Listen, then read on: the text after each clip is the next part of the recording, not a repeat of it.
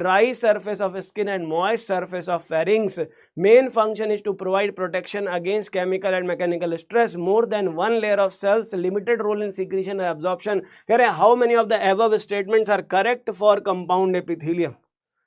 कितने ऐसे हैं जो करेक्ट है कंपाउंड एपिथेलियम के लिए? तो आप देखेंगे 4 के ऑप्शन एब्सोल्युटली करेक्ट होगा, आंसर बनेगा डी ऑप्शन बिल्कुल करेक्ट, 4th ऑप्शन बिल्कुल करेक्ट हो जाएगा।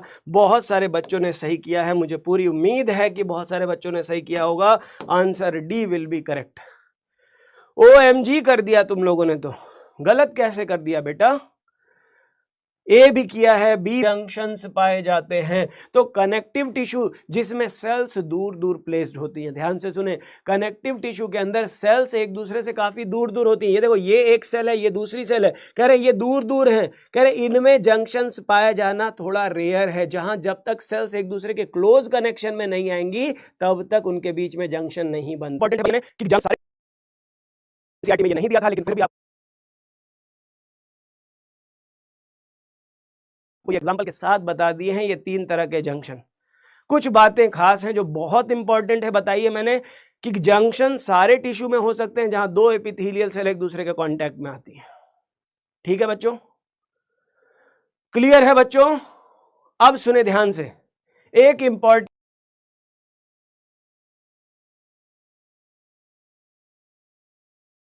कनेक्टिव टिश्यू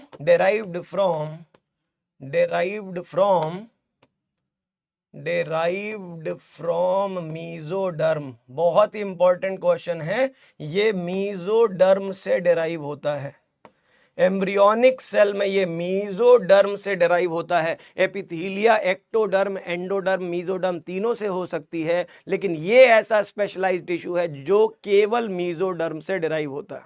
मीजोडर्म कहां से डेराइव हुआ है? जाइगोट से डेराइव हुआ है। जब हमारा स्पर्म और ओवा पेरेंट्स का फ्यूज हुआ था, जब स्पर्म ओवा फ्यूज हुआ था तो जाइगोट बना था, और जो जाइगोट था, जो एम्ब्रियो की पहली स्टेज होती है हमारी, जो हमारी एम्ब्रियो की पहली स्टेज होती है जाइगोट, उसी सेल के डिवीजन से, एक सिंगल सेल के डिवीजन से बेटा, एक सिंगल सेल के डिवीजन से बहुत सारी सेल्स बनती हैं, बहुत सारी सेल्स बनती है। जब एक सिंगल सेल डिवाइड करती है तो ये सिंगल सेल डिवाइड करती है तो ये बहुत सारी सेल्स बनाती हैं, और इन्हीं सारी सेल्स में से 3 तरह की सेल्स का फॉर्मेशन होता है, 3 तरह की सेल्स बनती हैं, उसे कहते हैं एक्टोडर्म, एंडोडर्म और मीजोडर्म। द कनेक्टिव टिश्यू, कौन से टाइप की सेल्स पाई जाती हैं कनेक्टिव टिश्यू में? तो कनेक्टिव टिश्यू में एक सेल होती है जिसे कहते हैं fibroblast sales.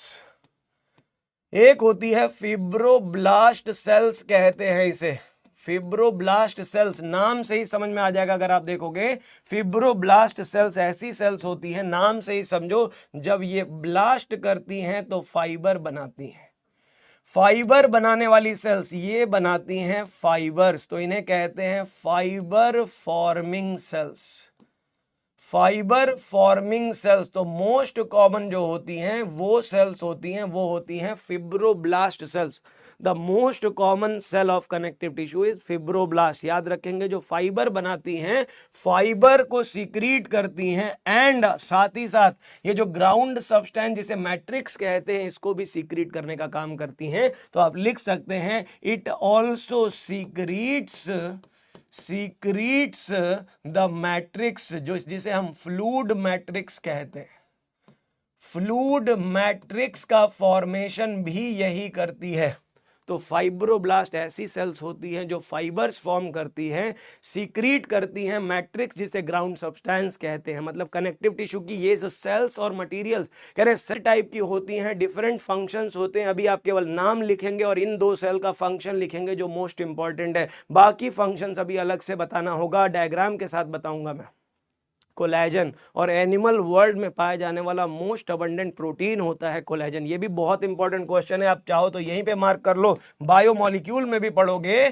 Collagen is the most, सबसे ज्यादा प्रोटीन जो एनिमल्स में पाई जाती है, मोस्ट अबंडेंट प्रोटीन, मोस्ट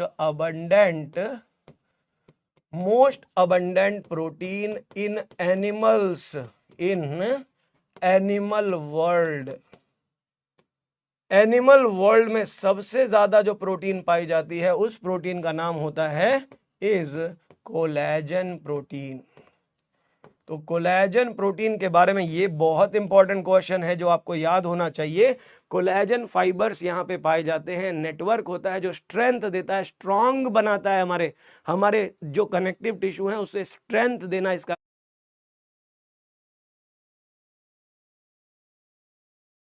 की पूरी इच्छा है। मैं चाहता हूं कि आप ये समझ लें कि कनेक्टिव टिश्यू के अंदर कौन कौन से कंपोनेंट होते हैं, क्योंकि ये बहुत काम आने वाला है पूरी की पूरी ह्यूमन फिजियोलॉजी में। अलग अलग जगह इन सारे नामों को आप फिर से आते हुए देखोगे।